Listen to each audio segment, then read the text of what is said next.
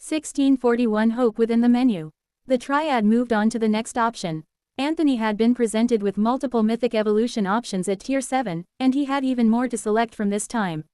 This was further confirmation to the theory that ants were being rewarded for reaching higher tiers, something that wasn't expected of their species. Although, as soon as they examined the next evolution, they had doubts. Mythic evolution. Toxic swarm. +50 to cunning, +50 to willpower, +200 to might, +200 to toughness. Every ant knows that strength lies in numbers. Embrace this principle through your form, not just your family. Your body will take the form of a swarm of self-replicating, virulently toxic, palm-sized ants. Your stats and core will be distributed across the first 1,000 ants. A swarm core will be granted for free. All toxin replicant engine will be granted for free. The more the triad looked at the evolution, the more convinced they were that it would be powerful. This would surely absorb the energy that had infected Anthony, driving it into the replicant engine and allowing him to survive. A living swarm of creatures that self-replicated, each of them capable of delivering even a watered-down version of Theorozin's toxin would be absurdly powerful. With his organs and mutations still intact, although distributed across 1,000 individuals, it wasn't clear exactly how this strange body would function, but it seemed as if Anthony would retain almost all of his capabilities were he to make this selection, which was equally absurd. Despite warming to it, the triad knew from the outset that this was not an option that Anthony himself would condone. He had shown a strong negative reaction to any evolution that messed with his body too much. He didn't want to be formless, nor did he want to be a giant, immobile brain, or even reset to an immobile god grub. They doubted he would be interested in becoming a distributed swarm of creatures, even if it would be a strong choice. If they didn't find another option that would help him survive, then this would have to be it, reservations or no. There were 2 more mythic options for Anthony to choose from. Hopefully one of them would both carve a path to survival and be acceptable to the monster. Mythic evolution. Toxic spring colony bulwark. +100 cunning, +100 willpower, +250 might, +350 toughness. Poison springs eternally within, an endless font of corruption that will nourish your core and annihilate your enemies. A creature of endurance and strength, allow your poison to bring your foes to their knees. Even the shadow of harm will become your strength. An everflow well of corruption will be granted for free. Eyes will be reforged into petrified infection. An infection core will be granted for free. Regeneration gland will be consumed and replaced with an infectious echo network. Acid gland, acid nozzle, concentration gland, stimulation gland will be fused, transforming them into a fused acid complex. Mythic evolution. Colony contaminant commander. +150 cunning, +150 willpower, +200 might, +200 toughness. You have received the will of the colony and used it to grow strong, now your own will can become infectious. Your brains and coordination cortex will be reforged with ascendant slime. You will be granted a corruption core for free. An Amaterium spirit leech will be granted for free. Acid gland, acid nozzle, concentration gland, stimulation gland will be fused, transforming them into an acidic production district. These were the final 2 options that Anthony would have at the mythic tier. Fortunately, both appeared to be perfectly viable, not changing his body to a high degree and also utilizing the powerful corruption placed inside his body, allowing him to survive. 2 acceptable choices, that was more than they had dared hope for. With so much work on the evolution yet to be done, the triad pushed themselves into overdrive, dividing their attention and absorbing all the information about these 2 species that they could. They dove into the descriptions and menus, trying to learn all they could in as short a time span as possible until they had all the details they needed at their fingertips. The toxic spring colony bulwark was an interesting selection. Defensive in nature, it was clearly designed to apply its damage over time, outlasting the opponent in an extended fight. Although he might not like it, Anthony was already perfectly poised to fight in such a manner, with the vestibule giving him an enormous advantage in endurance so long as sufficient members of the colony were nearby. The everflow well of corruption played a key part in this strategy, essentially creating a self-replicating, inexhaustible supply of tainted mana for Anthony to utilize. Even better than a mana organ, it didn't require any regular, unattributed mana from the core to function, it would simply overflow with tainted energy forever. Eyes of petrified infection would not only remove the weakness in his carapace and replace it with a strong, hardy material, they would allow him to see the progress of infection within others, letting him know exactly how damaged they were internally by his toxic offense. Perhaps even more impressive, the infectious echo network was an absurd organ that the Triad had never even come across before. Losing the regeneration gland wasn't nothing, especially since it synergized so well with Anthony's vestibule, but the final result would be even better than before. Rather than a single reserve that could be triggered to release healing fluid, the network was distributed about Anthony's body, releasing healing where it was needed. What's more, it had a snowballing effect, perhaps based on Theorazin's propagating mana. The more Anthony was attacked, the faster he would continue to heal as the network gained speed, much like an infection would. Even more absurd, the attack didn't need to cause any damage for the effect to trigger. Just the potential, the echo, was enough. With his precognitive capacity and reflexes, if Anthony were able to dodge enough attacks, the healing would begin to ramp up to ridiculous speeds even before he was actually hit. The colony contaminant commander was also an interesting choice. Attacking at the spiritual level, rather than the physical, the Immaterium leech could be used to inject infected will directly into his enemies. The corruption core would siphon will from the vestibule and contaminate it, allowing it to be used as a weapon that would eat away at the souls of his foes. Despite the rather disgusting name, Ascendant Slime turned out to be a potent and evolutionarily expensive material. It would allow Anthony to survive attacks that pierced his brain, as the slime was fully capable of reforming itself so long as it wasn't too damaged. It also operated far more quickly than the regular neurons his brains were currently composed of. Neither option was really what Anthony would choose for himself, the Triad was well aware, but no choice mattered if he didn't survive the evolution process. It was down to these two, they would have to choose one of them. 1642 on the clock evolution. By this time, the colony had somewhat managed to hold Anthony down using some sort of threaded rope, magic and sheer weight of numbers. He was still wiggling about, but his range of motion had been greatly reduced, which made keeping in contact with him much easier. Anthony, the Triad said, trying to break through to him. We have two options that should help you survive, do you have a preference? I'd prefer it, if my face wasn't on fire. The evolutions. Gah, fine, gimme a sec. They waited as patiently as they could while he struggled to access the menu. I hate them both. Acken, flacken, itchy, bulwark, go with that one, even if it sucks, damn it. Well, not that they didn't know how he would feel about it before, but at least he'd been able to make the final selection on his own. It was clear at this point that the potent mana left behind by Theorazin had completely skewed the evolutionary options available to him, and destroyed his chance to advance along the path he had carved for himself. The Triad were furious at having to make these compromises, at having to curtail the potential of such a promising monster, but nothing mattered if he didn't survive, that was obviously the most important thing. Anger boiling in their hearts, they locked in the bulwark, and set to work.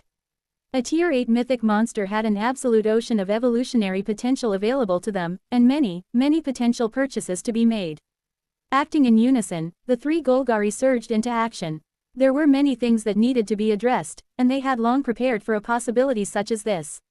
The three had made a study of ant physiology, and tore through Anthony's physique like a hurricane, adjusting, shifting, realigning and perfecting his musculature. It required almost no energy to do so, but would result in a noticeable difference in power. The default was not necessarily correct, and this was one such instance.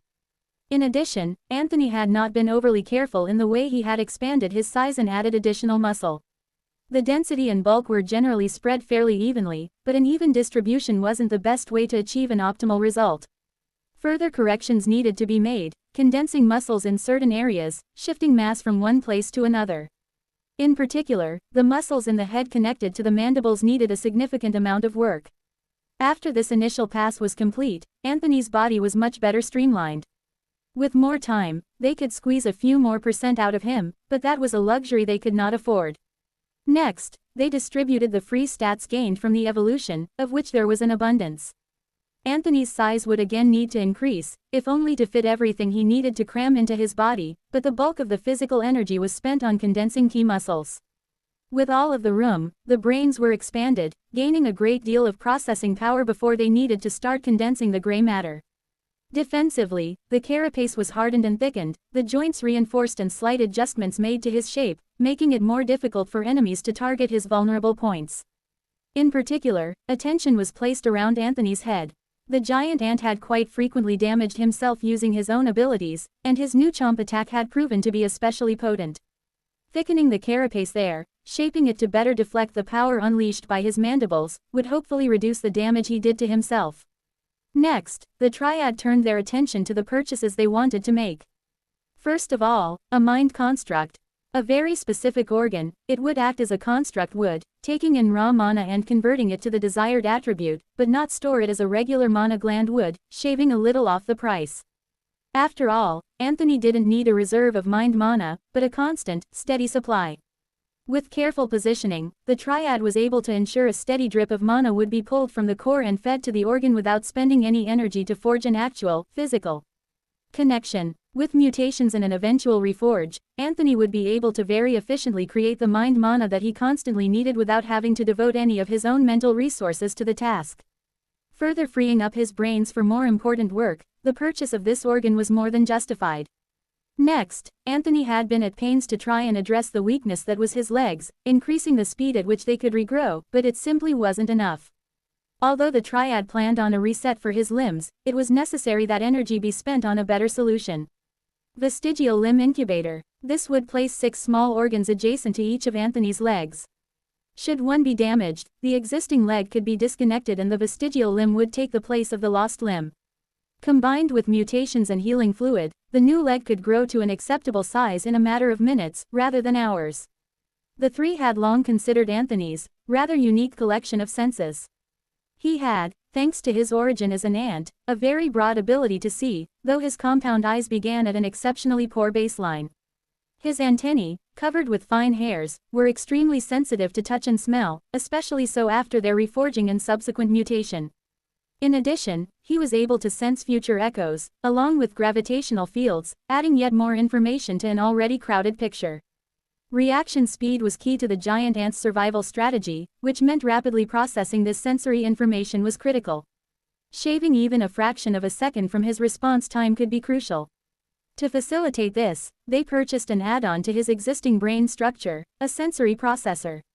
Looking at the work they had done, the Triad could only brace themselves. They had barely made a dent in the vast reservoir before them. There was still much to do. 1643 The unwanted evolution. Where are they going? The Resant fretted. She constantly darted forward, then mastered herself and retreated a little, desperate to intervene and protect the Chal but knowing they wouldn't appreciate her interference. Everything is fine, Florence said, trying to soothe her sister. They're perfectly safe, the path has been cleared. They seem quite happy. What is there to worry about? She wasn't lying. The brood tenders had made extensive preparations, and the colony had been only too happy to respond to their wishes. Wherever the little snails chose to go, the way forward was clear and unobstructed, the small column of hatchlings defended on all sides by an army of volunteers. But where are they going? And why? I don't like not knowing. They might be endangering themselves. What harm can they find within the fortress? Florence pointed out, quite reasonably. Holding them back was more likely to be a problem than letting them go. They're stubborn, as you know. The snails did indeed seem quite happy, sliding along as a group, long mustaches trailing in the wind. Despite never moving through the fortress before, they seemed to know exactly where they wanted to be, as if guided by some unseen signal. Rather than worrying, Florence was quite keen to see just what had seized the little Chal's attention so thoroughly. She had heard that they were remarkable, powerful creatures. What was it they were planning to do? Anthony's fit, it seemed, was beginning to subside, and he was once again starting to focus on the internal battle against the infection, but tremendous damage had already been done. The Triad were well aware of the danger. The pressure weighed heavily on their minds as they continued to forge ahead, consulting with the giant ant when they had to, but trying to distract him as little as possible. With such a vast amount of evolutionary energy available, the temptation was there to simply start splurging, buying expensive upgrades and reforging with the best available materials, but their trained instincts refused to allow them to be so profligate. They would make the best choices they could, working within their means and spending efficiently. Anthony deserved nothing less. Attention turned to the fusion. Of all the things this evolution granted Anthony, this was likely the best. Combining the array of organs he had purchased to make his acid a more viable weapon into a more formidable whole was one thing, but combined with the properties of Theorazin's mana, it would become truly deadly indeed. The new fused acid complex would reset the purchased mutations, but that lost energy wasn't lost, rather it was spent on improving the baseline performance of everything contained within. Incorporating the infection, the triad were pleased to see the gland had adopted the propagation power and durability of thioresin's taint. Accentuated by what had once been the concentration gland, those properties were even further enhanced. Acid fired from this gland would be truly deadly, even without modifying it. To complete the package, the triad chose a new material well suited to the purpose. They exceeded the budget provided by the fusion, but not by too much. Anthony would agree it was worth it in the end. The final product: fused acid complex deleterium shard. Even shards of deleterium were prohibitively expensive, but worth it in this case. The material was exceptional for the production of acids and toxins. Not for the first time, the triad were struck by just how much Anthony's corpse would be worth to delvers. If anyone realized just how valuable his carapace was, he might be hunted even if he stayed within the colony. They certainly weren't going to advertise the fact, and hopefully no one else found out. After all, further reforging needed to be done to complete the evolution, making him even more valuable a prize. Anthony's muscles, formed of plain organic fibers and cells, were no longer up to the strain of executing his enormously powerful skills. A reforge of his musculature was, if anything, overdue. No monster could hope to reach the pinnacle of strength with such baseline components. The triad dared to dream, and inspected the price of world-infused flesh, only to flinch back. Truly, it was so costly they dared not lock it in, even if it were incredibly powerful. With his legs still to reforge, and possibly his brains, they couldn't afford to blow the budget on something like this. The loss of the first evolution pained them even further, but they comforted themselves. Just because it was exceptional material didn't mean world-infused flesh was the right one for Anthony. After all, there was no synergy there with the rest of his body. Although they didn't fully understand the power of gravity, it permeated throughout Anthony's form. Determined to find something that worked, the triad tore through the list, hunting for something they felt would land on the right keywords and synergies. Eventually they found a material that suited their purpose. Neutron fiber. Compressed in the heart of a star, stretched on the edge of the event horizon, these fibers are capable of enduring the fundamental forces of nature. Again, not fully understanding the reference, the triad were satisfied with the price, and selected this material. While they were at it, they made his tendons mutable. Without serious mutations, there was no way he would be able to keep his new muscles attached to his carapace. Hurriedly, they turned their attention to his legs. The legs were a curious body part for an ant-type monster.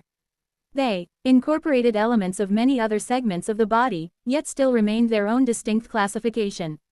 They were coated in the same carapace as the rest of the body, used the same sort of muscles, and yet, the internal structure, the claws, the 5 separate joints, the comb hairs, all of it combined to form something recognized by the system as distinct. As his body increased in size and his overall mass continued to climb, Anthony needed a serious boost to the power and strength of his legs. Again, the triad dove into the list of materials, seeking something that could withstand the immense strain that would be placed upon them, while suiting Anthony's overall build and budget. Eventually, they settled on a candidate. Graviton splinters. Forged in hypergravity environments, this material is capable of enduring immense pressure, yet is also strangely resistant to the forces of gravity. The evolution granted Anthony several unique organs, and the triad took it upon themselves to examine and place them within the body. The Everflow well looked more like a ring than a well, empty on the inside. The more they examined it, the more they realized just how powerful such a thing could be. An endless source of power, it operated separately from the core, and, with mutations, would be capable of producing abundant amounts of energy. The only thing Anthony truly lacked was a source of infinite mana, since his physical strength, health, and fatigue could all be replenished by the vestibule. The only drawback was the type of mana produced. The tainted energy would be exceptionally difficult to work with, hard to break down, hard to turn to any purpose other than the type of toxic spellwork the Krath themselves had adapted. Reluctantly, they placed it in the center of his thorax, close to the core, and placed the new infection core in the center of the ring. Without that new core, he wouldn't be able to survive his new species, since the rest of his body wasn't designed to tolerate such energies. With that task done, they turned themselves to the final steps. 1644 Lock it in. Even with so many changes made, there was still an abundance of energy remaining. A Tier 8 evolution was certainly no laughing matter, and the triad wavered back and forth over how it should be spent. Reforging Anthony's brains was definitely a strong possibility, but would be expensive if done correctly. After all, there were multiple sub-brains to reforge, along with the coordination cortex and main brain. Doing some and not others would hamper efficiency, but doing all at once would use a huge chunk of the remaining energy. There was a powerful argument for spending a large sum of energy on simply bulking up Anthony's raw power. With his musculature reset, adding more might in the form of muscle mass was even more tempting, as he would get more bang for his buck from every drop spent there.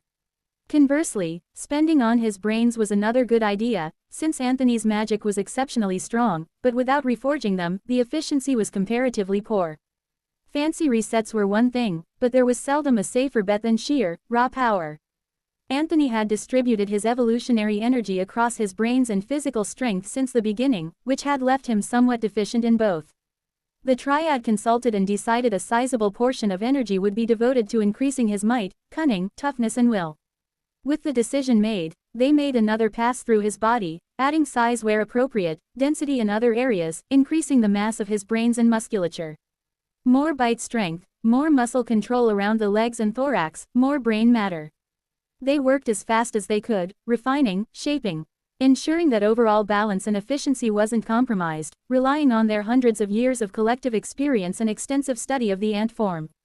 With the job done, they collectively nodded, satisfied with their work.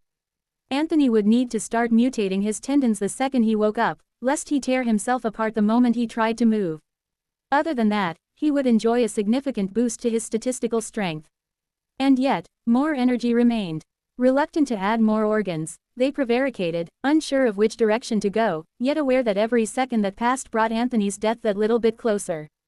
After all, the evolutionary process wouldn't begin to consume the infection until after it had begun. Pressed for time, the triad decided to break one of their own soft rules. They would commit to reforging the sub-brains and coordination cortex, but leave the main brain alone. If they tried to do all five, the remaining budget of evolutionary energy would force them into suboptimal choices. Although it would cause some imbalance within Anthony, he would still benefit from vastly improved sub-brains, able to handle his general, non-gravity-related spellcasting and improved coordination between them. Committed to a course of action, the triad set to work, diving into the lists and looking for the most optimal materials. The obvious direction for the sub-brains was to utilize a material especially suited to mind mana, since they cast and maintained the constructs that then went on to handle the rest of the mana, yet it wasn't necessarily the best choice. After all, any material could be specialized towards mind mana via mutation, and the most specialized brain materials were relatively cheap, but not the most powerful. Ultimately, what mattered when handling mana was force of mind and will. They had enough evolutionary energy remaining to go for the good stuff, so to speak, and so they delved deeper into the lists, looking for a better choice. Stormforce Array. A mental construct of energy and light, this material overcomes the limitations of the flesh. Imbued with the power of the storm, it enhances and magnifies strength of mind. After being properly mutated, Anthony would find himself able to host more than double the amount of mind constructs, each far more powerful than before. Next they turned their attention to the coordination cortex. Processing power almost didn't matter here. After all, the cortex was more of a relay than anything else. It only had to act as a medium for the actual brains to do the work efficiently. The only thing they had to focus on was speed. With their remaining budget, purchasing such a specialized material was surprisingly simple. More dynamic options were always more costly, after all. As it turned out, Radiant Dynamo looked perfect for the cause. With exceptionally fast transmission speed, the cortex would be able to function far faster than any of the brains it was connected to, which was necessary for it to work. With the tiny amount of energy left over, the triad performed a final pass, making Anthony's nervous system mutable and ensuring every drop of energy was spent as they touched up his musculature. With this, the evolutionary process was complete. All in all, Anthony would come out the other side much stronger than he was now, yet they were still unsatisfied, knowing this wasn't what he would have chosen for himself. The triad resolved to trip the next cultist of Theros, and they met, on a hard surface as well. "Anthony, are you happy with this?" they asked him. The giant ant was strained to the breaking point, trying to hold back the infection that threatened to steal away his life at any moment. You did well. Start when you can." The triad nodded, took a collective breath, then initiated the process. Immediately, Anthony's consciousness began to slip away as his body fell into a deep slumber. Soon it would begin to change, eating up the energy from within. They just had to make sure he survived long enough for the process to work. The triad slammed their hands against his carapace and pushed their minds within, desperate to help. He's going to sleep, they announced to the surrounding healers. Keep him alive just a little longer. Tilde. The Chow continued to slide along in a solemn procession while ants patiently waited inside tunnels and rooms for them to go past. Wherever they were headed, it was deep in the fortress, and at their current pace, it may take some time for them to get there.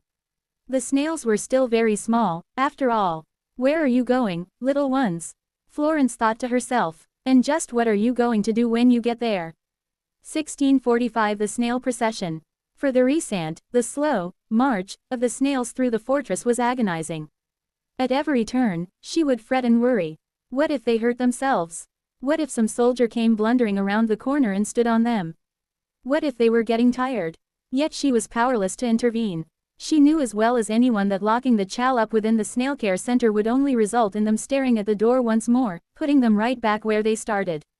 She had no choice but to let them do whatever it was they were so determined to do. Hopefully the grubs never started acting like this, or she wouldn't be able to deal with the stress. The very thought of having to shepherd a group of stubborn grubs through a nest was enough to make her start cleaning her antennae to soothe herself. Even more irritating, Florence, alongside her, seemed to be having a wonderful time. Clacking her mandibles enthusiastically and cheering on the Chow as they slid along at their slow, dignified pace. Don't encourage them, the Rhysand snapped. Oh, don't be silly, Florence laughed. Whether I encourage them or not, they're going to keep doing what they're doing regardless. I may as well be positive about the whole thing, it's better than hovering about bringing down the mood. I'm just concerned. Of course, I still don't see what you think is going to happen to them. They're in the middle of the fortress. We have brood tenders running ahead to make sure the way is clear and everyone is being very patient and respectful. She gestured to the waiting ants watching the little procession move past with fascination. Yet we still don't know what they want to do, the Rhysand warned her sister. This is the first time they ever showed any intention to leave the room, and we don't know why. I hardly think they're going to try and fling themselves into the fifth stratum to fight, Florence said, and if they try to do something dangerous, we will intervene. What she said made perfect sense, yet the Rhysand still couldn't shake the worry that nibbled at the back of her mind. Regardless, she had no choice but to follow as the Chow slid through the tunnels, turning this way and that as they homed in on something. At their slow pace, the Chow continued on their way for hours while the Rhysand oscillated between light worry and borderline panic. Eventually, the Chow hesitated for a moment before finally committing to a direction. Only this time, there was a problem. Oh, Florence said as another tender reported back to her. Oh what? The Rhysand asked. Apparently we aren't able to clear the chamber ahead. Well then, we have to stop the hatchlings, the Rhysand replied immediately. We can't allow them to go somewhere that isn't safe. Florence was only half listening, her attention focused on the tender reporting back to her. The eldest is there. Evolution. Each exclamation did little to settle the Rhysand's nerves, but the Chow continued their resolute sliding, advancing toward the distant chamber without slowing their pace. The eldest is evolving up ahead. The Rhysand asked, seeking clarification, her eyes latched onto the snails. Is there a problem? Well, Florence trailed off. It seems as if the eldest is also fighting off a dangerous mana infection. The healers are desperate to halt the spread, there are hundreds of them up ahead. That didn't sound acceptable at all. Deadly mana, hundreds of healers battling to save the eldest's life. None of this was music to the Rhysand's ears. She was suddenly nervous for the colony, for the eldest, but also for the hatchlings. This wasn't the sort of situation they should be heading into. We have to stop them, Florence, she insisted. We can't let them go in there. And yet, that seems to be exactly where they want to go. Florence watched as the little snails seemed to even accelerate slightly, as if their destination was finally in sight. They didn't deviate in the slightest, this was definitely where they wanted to go, not even the Rhysand could deny it. I know what you want to say, Florence said, cutting off her sibling, but there is no danger yet. Let's watch for a moment longer. We can gather the tenders closer so we can scoop up the Chow if anything goes wrong. If we take them back now, we're only going to wind up here again in a few hours' time. As much as she might have wished it not to be true, the Rhysand could only agree. If they took the little snails back, they would be staring at the door again, trying to get out.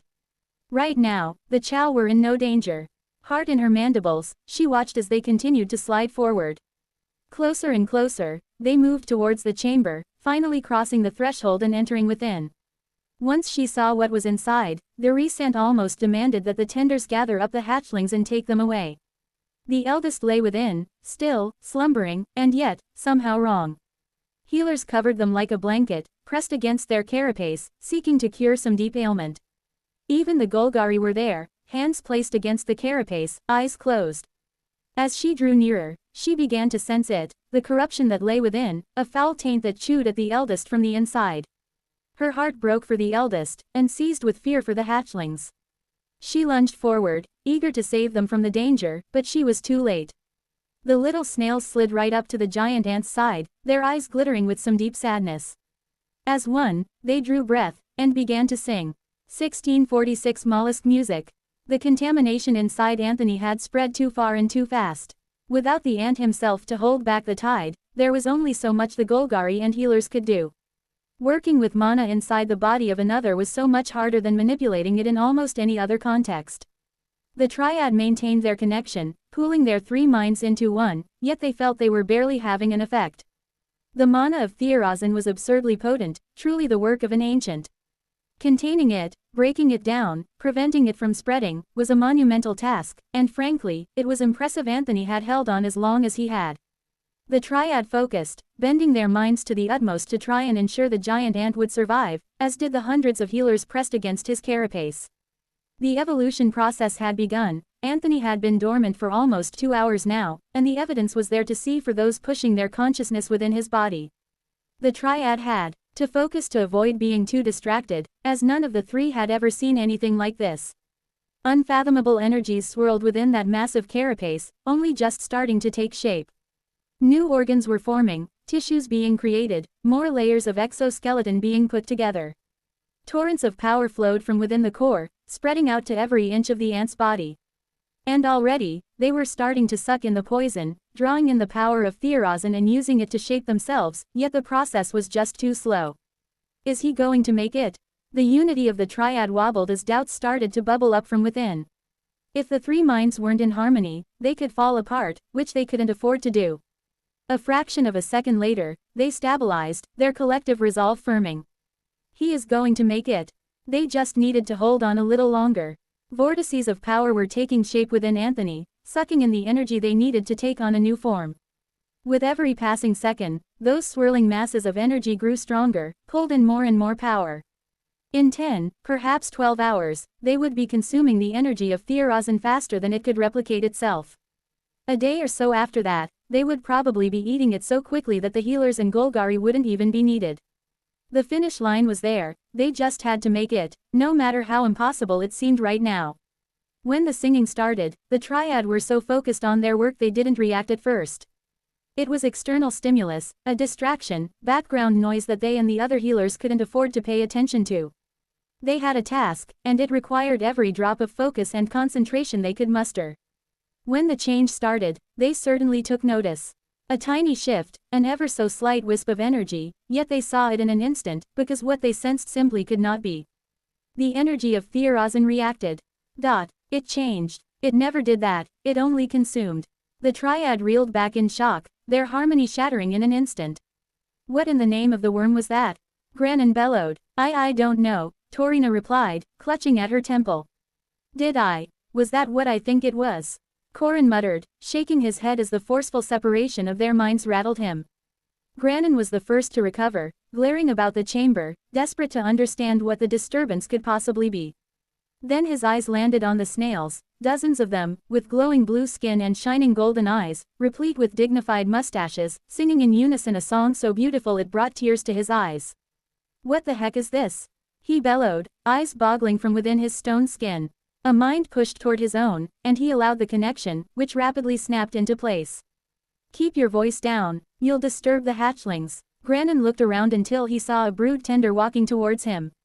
He dipped his head in respect, knowing just how highly the colony held this particular caste of ants. Even so, it was difficult to ignore what was happening in front of him. Hatchlings, he said, full of confusion. They certainly didn't look like ants. They are Chal hatchlings. We found Krath eggs that had been cleansed by the purified mana. These snails hatched out of them, and the colony has taken them in, another brood tender stated, joining the conversation. For some reason, they were desperate to come here, so we let them out. We didn't know they wanted to sing to the eldest, for some reason. There was a lot there for Granin to process. First of all, Chow. Secondly, the Krath were fallen Chow. Thirdly, this was the legendary song of the Chow. They aren't just singing to him, Granin said, turning back to Anthony and slapping a hand on his carapace once more. He focused inside the ant once more, pushing his mind as close to the toxic mana as he dared, fearing it would leap through his thoughts and into his mind. It was faint, just a breath, but the mana was reacting, changing. They're curing him, he breathed. Curing him? What do you mean? Granin shook his head, hardly able to believe what he was seeing. They're doing something to the mana infecting Anthony, the eldest. That shouldn't be possible. It should be a million miles away from possible. That's the mana of an ancient. He looked again. Even the mana that had been pulled into Anthony's newly forming organs was being affected.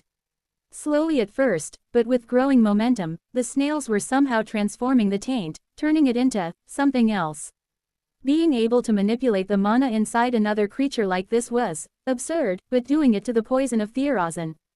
This was a miracle. The little snails didn't seem to notice anything going on around them, they simply continued to sing in unison, a wordless song of peerless beauty that rang through the air and reached deep into the heart of the monster in front of them. This is a good thing, isn't it? The brood tender asked. Is the eldest still in danger? Do you have any idea how much longer this is going to take? Granin shook his head dazed, his thoughts spinning, and he tried to consider the implications. The eldest is still in danger, he said, but not nearly as much as before. As for how long? A long time, hours, at least. Possibly days. Days, the tender exclaimed, dismayed, but Granin was no longer paying attention. They were doing this mid-evolution. Anthony was busy consuming the mana of Theorazin, and several of his new organs would make use of the unique properties that energy contained, but that mana was in the process of being changed. That would have an impact on the organs. There was no way they could turn out the same as they did before. The stuff they were being made from was changing, after all. Granin thought of what the final outcome would be, but couldn't process it. However, a flicker of hope began to burn within his chest. He had been disappointed at first, worried that Anthony would be permanently weakened by being forced onto this path. Now, this could prove to be a blessing in disguise. Could he gain the benefits of Theorazin's blessing, with none of the downsides? What's happening? Torina demanded. Is everything all right? Shouldn't we get back to work? Granin planted his hands on his hips and stared. Give me a minute, he said. You should take a second to soak this in as well. We may well be witnessing the birth of something truly, truly unique. With a little luck, the 20th ancient. 1647 deep in the center of the world. Well, I've been on this ride before. Spinning like I'm going down a drain, only to sink so far and deep I can only imagine I've landed right in the middle of Pangara, right at the core. Of course, I have no way to confirm that, I'm just a disembodied consciousness along for the ride. How does that even work, by the way? Who is Gandalf, that he can just snap my mind out of my body whenever I evolve? Not that I mind, really. Our conversations are somewhat enlightening.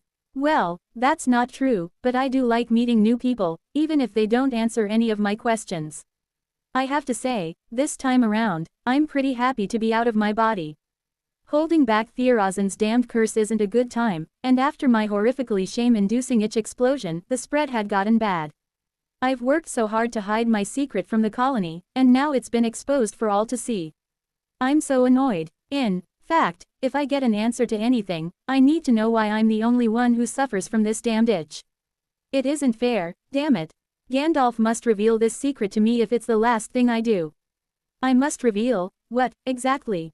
Gandalf, you can't sneak up on me like that. I'm just a disembodied mind, I have no way to know you're coming.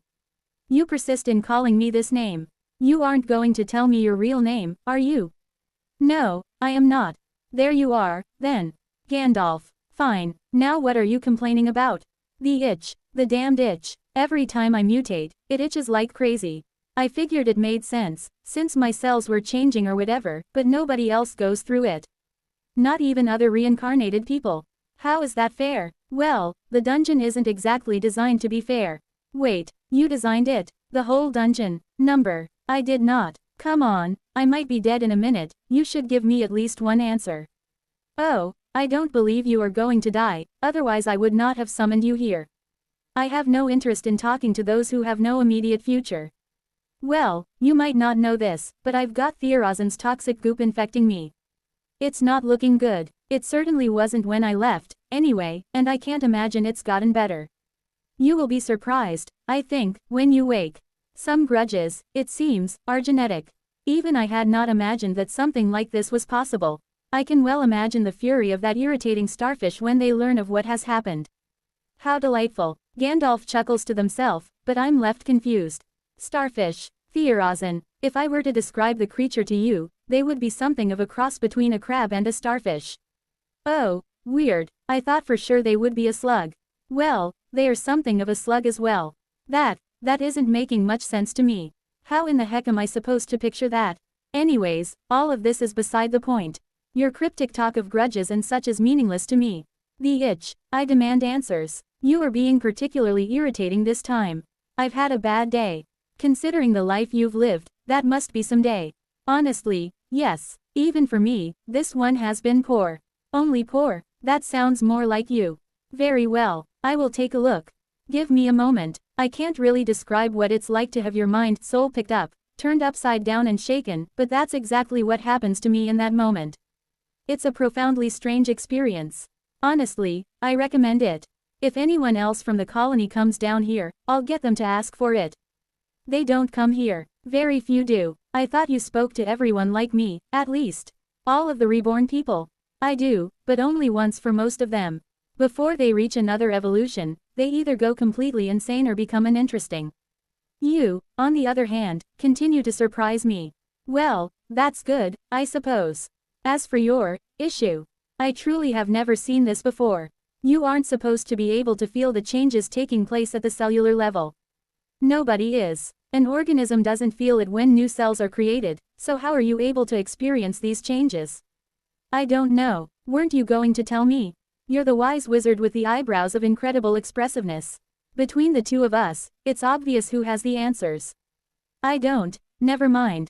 This is interesting. I can only imagine that your soul is somehow embedded more deeply within your new body than is normally possible. Are you sure you weren't an ant in your previous life? You know very well I was a human. I had hands. I had 2 legs, which is an inferior number of legs, of that I'm fully aware, but 2 nonetheless. I do know that, Gandalf muses. Fascinating. Even regular monsters aren't so fully integrated with their bodies. I wonder how this could possibly have happened. So, can you fix it? Do you want me to? Well, I won't lose any sort of competitive advantage, will I? I mean, this isn't the only reason I'm still alive or anything, is it? If anything, I believe it's a disadvantage, as your most recent mutation period has proven. Great. Well, fix away. I'll be glad to be rid of it. ... You aren't going to fix it, are you? No. Why? Because it's interesting. 1648 Wizard Ways. I think I hate you. Oh, I am well accustomed to being hated. If anything, I find it an honor to be hated by you. This is the human who didn't hate his family, no matter how poorly they treated him. You never let that go, do you? My life wasn't that remarkable. I had some hard times. Who doesn't? You. I know how I died. Sheesh. Every time with this guy.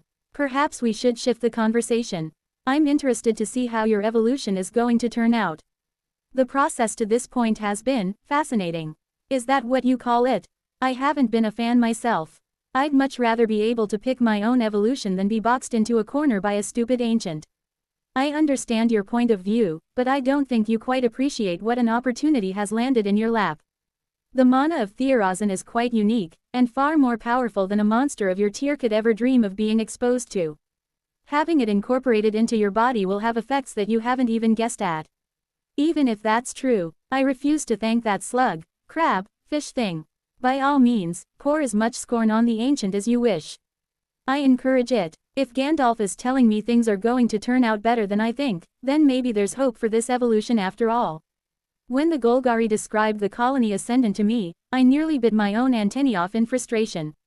It sounded so good, I would have picked it for sure. Yes, having your helpers manage your evolution was also a good choice. They are much better at it than you. How rude. I've gotten this far, haven't I? Clearly I'm doing something right. Part of what makes you so amusing to track is how you have continued to survive, seemingly without having spent any time or thought on how you might best improve yourself. This approach is rather unique among the monsters who have achieved the level of strength you have. I feel like I'm being complimented and insulted at the same time. I've put thought in, a lot of thought. Have you really? Well, no, but I've listened to advice. Luckily for you, that advice has been good. They have done a good job cleaning up many of the inefficiencies in your base design. I think you will feel the difference immediately when you awaken. If I tell Granin and the others that their methods are Gandalf approved, will that make them happy? I don't suppose they'll have any idea what the heck I'm talking about. He might be the voice of the system, but I'm not actually talking to the system, if that makes any sense. At any rate, the Gandalf I'm speaking to has been at pains to point out they aren't the system itself. Unless you feel like clarifying exactly who you are, for a change. I do not. I figured. I swear, you can't be happy unless you have some secret stashed up your beard. Don't you understand how freeing it can be to share your burdens? Do you really think that will persuade me? I have said it before. If you wish to learn more, go deeper in the dungeon. The only place where all truths can be known as the center of this world. It's not like I have a choice, really, is it? The call is going to drag me down there. Whether I like it or not. Are you saying you wouldn't descend without the call? I find that hard to believe. Can't I just want to retire and tickle grubs? It's an incredibly relaxing and fulfilling way to spend your time, I promise you. The grubs are adorable too, which doesn't hurt. I am not tempted. You're missing out. I don't really think I would go down there if I wasn't forced to. If I didn't have the call, I probably still would have wound up there, not because I wanted to, but because I would need to make sure my family wouldn't be destroyed by those stupid ancients. The only way I can do that is to be stronger than them, right? That is certainly the easiest way. If I had to guess, I'd say the colony will eventually reach a point where they don't need my protection anymore. Until then, I have to make sure nothing happens to them. If that means heading down there, then that's what it means. You didn't always have this level of resolve. Well, I suppose I'm changing bit by bit. I can't expect to live this kind of life and come out the other side exactly the same now, can I? I suppose not. Now, I sense that our time together is coming to an end. I look forward to our next meeting, if you survive that long. You are not the only one heading deeper, and the competition looks to be fierce this cycle. I wish you all the best. Competition? For what? Never mind, I know you aren't going to tell me. Nice talking to you, Gandalf. I suppose it'll be a while before I get the chance to talk to you again. Although, if you could remove any options for my next evolution that turn me into a bodiless swarm, or energy, or whatever, I'd be grateful. Waste of a slot. They are extremely powerful. Who cares? I want a body. Ah, my consciousness is fading. Well, returning is probably a more accurate term. Back to the body, back to the evolution. Time for a brief nap, then back into action. I'll be glad to leave the whole fifth stratum behind me. Time for a new adventure. This nap may not be brief, Gandalf's voice reaches me faintly. What's happening to you is far from normal. Wait, what's happening to me? Gandalf, what the heck is going on? But there's no response. No matter how I thrash, my consciousness is forced into the darkness, and there I remain. 1649 Solent surveys. The fifth stratum was changing. Tended by the healers, the heart had survived its purification, rotten and slime-covered flesh giving way to healthy red muscle that now pumped stronger than ever. But that wasn't the only change.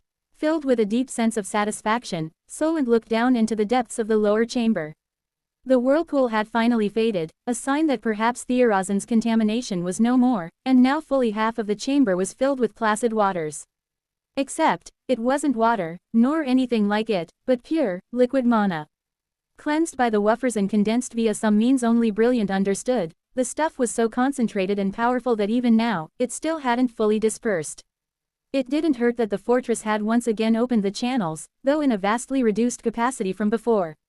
A trickle of liquefied mana continued to flow into the heart, but it wouldn't be enough to maintain the level of liquid below. With every second that passed, the mana was breaking up and filling the air, a cloud so dense that Solent could almost see it with her own eyes. Ba thump, ba thump, ba thump. The walls of the heart shuddered around her, contracting and expanding, pumping mana throughout a vast swath of dungeon.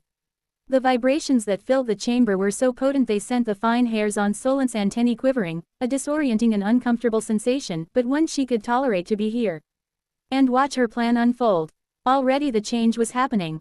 Scouts had begun to sweep the tunnels surrounding the heart as they filled with pure mana, wiping away the corruption and filth that had infested them for so long. New monsters were starting to spawn, creatures devoid of the toxins and mucus that had pervaded the Fifth for so long. This heart, this section of the Fifth, had been taken back from the Krath, and from Theorazin, the first true victory over the corruption in thousands of years. As the architect of this triumph, Solent allowed herself a few moments to feel pleased, but only a few.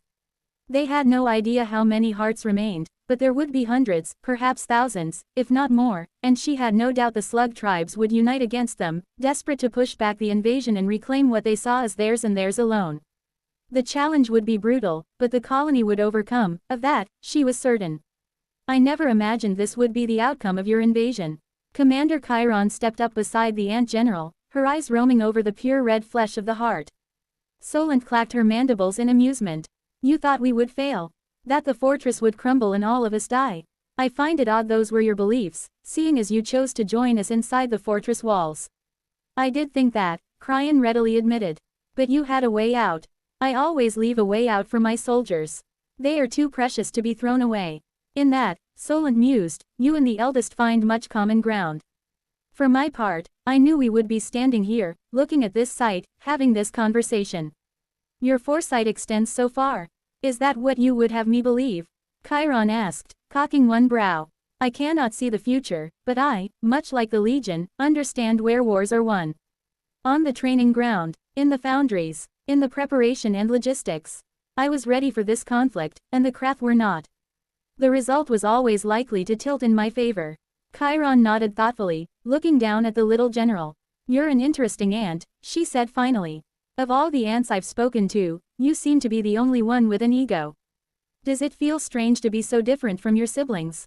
Some might look at you and think you are the wedge that will split your family apart. Solent waggled her antennae as she considered the question. I am different from the others, she acknowledged, but only because that difference is something that the colony needs. I and the other champions each provide something the others lack, a point of difference, a new perspective. Brilliant, with her endless thirst for knowledge, vibrant, with her boundless energy and optimism, me, with my bottomless hunger for victory. We push the colony to act differently, poke holes in an otherwise uniform shape, letting in new ideas and ways of doing. So you know what you are. Champions, unique and special monsters, born with advantages that others don't enjoy. We all know what we are, Solent confirmed. The eldest was involved in teaching all of us, and they have instilled us with an understanding of our responsibilities. And how did they teach you? Solent clacked her mandibles, amused. They beat me. Chiron glanced down at the general, then nodded. That would indeed be a lesson for the little perfectionist. I tried to poison them, Solent added, casually. Sadly, my methods were ineffective. You regret not being able to poison your leader? Chiron asked carefully. I regret being unable to win. Slight point of difference. This ant truly was an unusual specimen. Chiron could only shake her head. And of course, you know that your eldest is different, but not in the same way you are, am I right? That soul was not born an ant. Not at first, anyway. Solent shifted slightly. Of course we know. Everyone knows. However, I do disagree with you in one sense. You said that soul was not born as an ant first, and that is true. Anthony was a human. We know this. It is my personal belief, however, that this was simply an error on the part of the universe. The universe, or the system, or whatever you want to call it. Brilliant has many thoughts on the matter, but I don't especially care. My point is, that soul was certainly meant to be born an ant first. The order has simply been confused somehow. Opening square bracket ... I see. Chiron stepped forward, right to the edge of the platform they were standing on, and looked down at the pool of liquid mana beneath them, her eyes cold and hard. I must be told how you learned to make this, she said, her tone deadly serious. Liquid mana is a secret not known to many. Brilliant invented it, by accident, or so I'm told. I can ask her to explain it to you. She will probably even agree. There is little she enjoys more than letting others know how clever she is. Solent shifted her legs, warming up her joints as she prepared to depart. We didn't steal it from the Legion, if that's what you're worried about. Would a legionary really spill your secrets to us? Despite being no longer human, you cling to your prejudices just as fiercely as any sapient race. Chiron turned and glared at the ant. I am human, she said, a statement as hard as abyssal steel. You were, Solent disagreed, calm and logical, as always. Mana doesn't move through a human the way it moves through you. In fact, your relationship to mana is much closer to ours than it is to a human's. You need it to survive, don't you?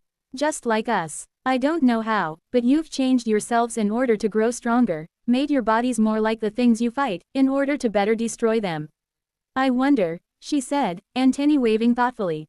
Opening square bracket. I wonder if you could have given yourselves a core, but chose not to, because that would be a step too far. It would be impossible to still claim humanity at that point, certainly no one else would see you that way. Chiron was silent for a long moment, anger flaring in her eyes. When she spoke, it was with utter finality. We have made sacrifices in order to protect what needs to be protected. My flesh has changed, it's no longer what it once was, but my soul remains human. She smirked. Much like your eldest's. Solent laughed, falling at the final hurdle. I fear you will grow accustomed to that, in the coming years. You will watch the back of the colony, as we succeed in every area you dreamed the Legion would. As we conquer everything you hoped you would conquer, and overcome everything you could never overcome. She gestured to the heart. This is only the beginning. Soon, Pangara will wonder why they ever needed you in the first place. The colony will be their protector, their soldier, the light against the darkness and the spear that penetrates the deep. And then you turn on them. Dominated by a bigger and stronger monster, you succumb to your base instincts and consume everything you thought you would protect. We have seen all of this before. Solent shook her head. Again, you almost reach the goal, but fall at the end. You have seen things that resemble this before, but there has never been anything quite like the colony. In the history of this world, we are unique, and we will be victorious. 1650 Meeting of Minds. By the time the little snails had finished singing, an entire day had passed. Much to the horror of the brood tenders, the little creatures collapsed the moment their song was complete. Ants swarmed over the snails, gently picking them up as they retreated into their shells and then scurrying away, returning them to wherever they had come from. Granin watched the entire procession, utterly bewildered by everything that had taken place. He didn't need to check on Anthony, the giant ant was still sleeping soundly as his evolution wound on, and Granin had been in almost constant contact with him for a whole day. The contamination was just gone. The song of the snails had cleansed it out of him somehow, not just cleansed it, changed it, turning it from a fatal infection into something else entirely. Just what, it was too early to say. Whatever path Granin had thought Anthony was being pushed down had now utterly changed. The organs that were forming within him were nothing like what they should have been, and it was still early in the process. In fact, given the changes that had taken place, this evolution was likely to take much longer than it otherwise would have. He turned to the other members of his triad. We should go back and get some rest, he told them. Nothing is going to change in the near future, and he is through the worst of it. Are you sure one of us shouldn't remain, just in case? Torina asked him. Granin shook his head. There's a literal army of healers here watching him. There's nothing we can do that they can't do better. Besides, you're exhausted, I'm exhausted. We can process what we've seen better after we've had some rest and time to reflect. There was a lot to reflect on. So much had happened, Granin felt his head was spinning. After hundreds of years of life, he had never imagined he would see something like what he had witnessed in this chamber. A Tier 8 mythic evolution, the toxic virulence of an ancient, the resurrection of the Chow, the true nature of the Krath. It was enough to make him question nearly everything he had ever thought he'd believed in his entire life. At that moment, there was a scream of almost unimaginable pain that caused Granin to whip his head around, his heart pounding in his chest as this new threat materialized. Except, he didn't see a threat. He saw a small gathering of what appeared to be human scholars, wearing the robes of the tower, on their knees, hands outstretched as the tenders disappeared into the distance with the snails in their grip. When the last of the snails vanished out of sight, some of the scholars began to openly weep, fat tears rolling down their cheeks and snot dribbling from their noses and into their beards. Granin was, once again, dumbfounded. How many more shocking sights could one day bring? Are they all right? Corin asked, looking at the humans askance. Do they look all right? Granin muttered. He would never understand facial hair. Messy outgrowths from the face that the humans could remove if they chose, but elected not to. Along with their general squishiness, it was something he had always struggled with when interacting with them. Before the triad could make a clean exit, one of the more calm humans saw the three Golgari and approached, hand raised in a friendly wave. "Hello there," he greeted them, then gave an embarrassed chuckle. "I'm sorry about my colleagues. They had only just heard that the Chow were here singing and were desperate to see it for themselves. Arriving a few seconds too late seems to have been rather painful for some of them." Granin flicked his eyes to the scholars, still ugly crying, now clinging to each other for support. "I see," he rumbled. "Well, my students and I are tired after an eventful day. We will retire now." Before he could turn away, the much smaller man who didn't even come up to his shoulder reached out to place a hand on his forearm. "Please. I mean no offense," he said, removing his hand. "I merely plead with you to spare a few moments of your time. My friends and I are here on something of a studying vacation and are eager to learn everything we can. Before I go on, I have been unspeakably rude. My name is Rathwin Werelos, Magio Scholar of the Tower. A pleasure to make your acquaintance." The man made an exquisite bow and extended his hand, this time in greeting, and Granin found his own had extended to cover half the distance between them before he even realized he'd started moving. Catching himself, he snatched his hand back at the last second, eyeing the newcomer suspiciously. "Are you a diplomat or a merchant?" he asked. Rathwin smiled a wry smile. "Diplomat," he said honestly. "That's worse. I know." Granin could only sigh. "Give me a moment to send my students on their way, then I can spare you some time." "Is that enough?" "Of course, you are more than generous. Allow me to step back. I would never dream of intruding on the dialogue between a triad." Granin grunted, then waited as the mage stepped back before he addressed his students. "This human could talk you two into selling your own second skin and have you thank him for not charging a fee for pulling it off your hide. Be very careful around him, and any of these other scholars. The Silver City is a world of its own, a dangerous one. Try not to get entangled. Go rest. Isn't using those sorts of abilities extremely illegal?" Corin hissed. "Not if you're a diplomat. Will you be all right?" Torina asked, as Corin started sliding away from the mage, heading for the exit. "I'll be fine," Granin replied. "Go and sleep." With a final, concerned glance, Torina turned and joined Corin in his hasty escape. "I really am trying to suppress my abilities to the greatest extent I can," Rathwin assured him. It was something his type often said, but strangely, Granin actually believed it. This man was truly good at his job. "All right, I'm Granin," he said, folding his arms across his massive chest. "What is it you want to know?" Rathwin tilted his head to the side a little. "You're almost immune to manipulation, aren't you?" he said curiously. Granin tapped himself on his bare, stone-covered face. "Granite," he said, by way of explanation. Rathwin smiled warmly. "I think we can be good friends, you and I." Granin did not return his expression. "I don't," he said.